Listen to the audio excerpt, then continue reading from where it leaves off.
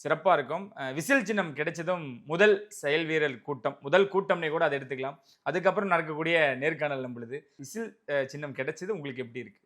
ரொம்ப சந்தோஷமா இருக்கு.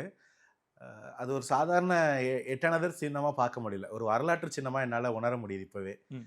அது வந்து விசில் வந்து யாருக்கும் தெரியாத ஒரு விஷயம் கிடையாது. அது வந்து காரணமும் நமக்கு தெரியும். எங்கெங்கெல்லாம் வந்து ஏதோ ஒரு தவறு நடக்குது, சுட்டி காட்டணும், அத நிறுத்தணும், மாத்தணும்னு நடக்கும்போது விசில் அங்க வரும். ஓகே. ஒரு விளையாட்டு தளத்துல எடுத்தீங்கன்னா, ஒரு ரெஃப்ரி கையில விசில் இருக்கும்.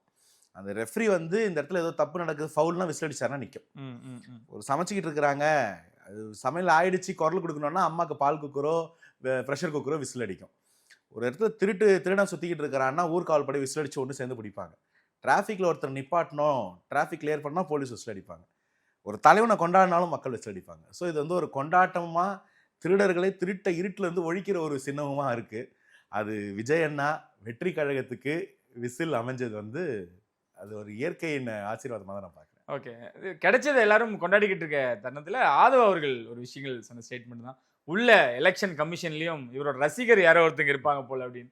ஸோ அது யாருமே எதிர்பார்க்காத ஒண்ணு தான். இப்ப இருக்கக்கூடிய இந்த நெருக்கடியில தேர்தல் ஆணையமே அத ஒதுக்கி இருக்கிறத பார்க்கும்பொழுது எப்படி இருக்கு? இங்கிருந்து பாசிட்டிவ் நோட்டா ஸ்டார்ட் பண்ணியிருக்கீங்களா? மறுபடியும். இல்ல ஆக்சுவலி இது ஒரு நார்மல் ப்ராசஸ். இது இப்படி தான் ஒர்க் ஆகும். ம். நான் அந்த கேம்பெயின் ஒர்க் பண்ணும்போதெல்லாம் நானே பார்த்துருக்கேன். எப்படி ஒர்க் ஆகும்னா, 10% தொகுதிகளுக்கு மேல ஒரு கட்சி நிக்கிறோம், ஒரே சின்னமா நிக்கிறோம்னு சொல்லி கிளைம் பண்ணாலே, அவங்களுக்கு ஒரு சின்னம் அலாட் பண்ண வேண்டியது எலக்ஷன் கமிஷனோட வேலை. ஓகே. அவங்களோட பைலா அது.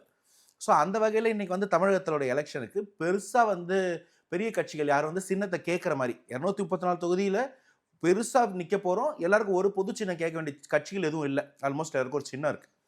அப்ப அந்த இடத்துல சின்னம் கிளைம் பண்றதுல ஒரு பெரிய கட்சி எல்லா சின்ன தொகுதியிலும் நிக்க போறோம்னு கமிட்மெண்ட் குடுத்து கேட்கறவங்க இவங்க தான். ம், ம். அவங்க வந்து அதே மாரி வந்து வேற ஒரு கட்சி வந்து ஒரு நேரம் வந்து எங்களுக்கு சின்னம் குடுக்கலன்னு வந்து ஒரு போராட்டம், ஒரு கதறல் இருந்துச்சு. அது என்னன்னா, அவங்க ஒரே ஒரு சின்னத்த குடுத்து கேட்டிருந்தாங்க.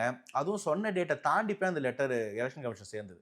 ஸோ அது அவங்களால ஹெல்ப்லெஸ் வேற ஒருத்தருக்கு குடுத்துட்டாங்க. இப்ப இது என்னன்னா, ப்ராப்பரா அந்த டேட்ல அப்ளை பண்ணி, ப்ராப்பரா அந்த இடத்துல வாங்கியிருக்கோம். நாங்க 10 சின்னம் குடுத்தோம். அதுல முதல் சின்னம் விசில். ம். அது அங்க அவைலபிளா இருந்தது, குடுத்தாங்க. இதுல யாரும் தாவேகாக்கு ஒண்ணும் அன்டியூ ஃபேவர் பண்ணல. ஓகே. அவர் விஜய் சாரோட ஃபேன்னு ஆதவன் சொன்னதை நான் எப்படி புரிஞ்சுக்கிறேன்னா, ஜனநாயகத்தின் விசிறி ஒருத்தர். இந்த ஜனநாயகத்து மேல நம்பிக்கை இருக்கிற ஒரு நல்ல அதிகாரி. அவர் வந்து ஃபேவர் பண்ணல. நியாயத்த பண்ணியிருக்காரு. ம், ம், ஸோ ம். அந்த இடத்துல இவ்வளோ எல்லா இடத்துலயும் நீங்க வந்து அநியாயம் பண்ணுவீங்க, ஓரங்கட்டுவீங்க, அழுத்தம் குடுப்பீங்கன்னா, அந்த இடத்துல அது இல்ல. இந்த ஜனநாயகத்துல ஒரு 1/4 இன்ச்சாவது உண்மையும் நேர்மையும் பாக்கி இருக்குன்றதுக்கு அந்த முகம் தெரியாத நல்ல அதிகாரி ஒரு எடுத்துக்காட்டு. ஓகே. அந்த வகையில அவரை நம்ம வணங்குறோம், மதிக்கிறோம். ஸோ அதனால வந்து யாரும் தூக்கி குடுத்துட்டாங்க, வாங்கி குடுத்துட்டாங்கன்னு இல்ல. இதுக்கான ஒரு வேலை நடந்திருக்கு. அத நம்ம நியாயப்படி பெற்றிருக்கோம்.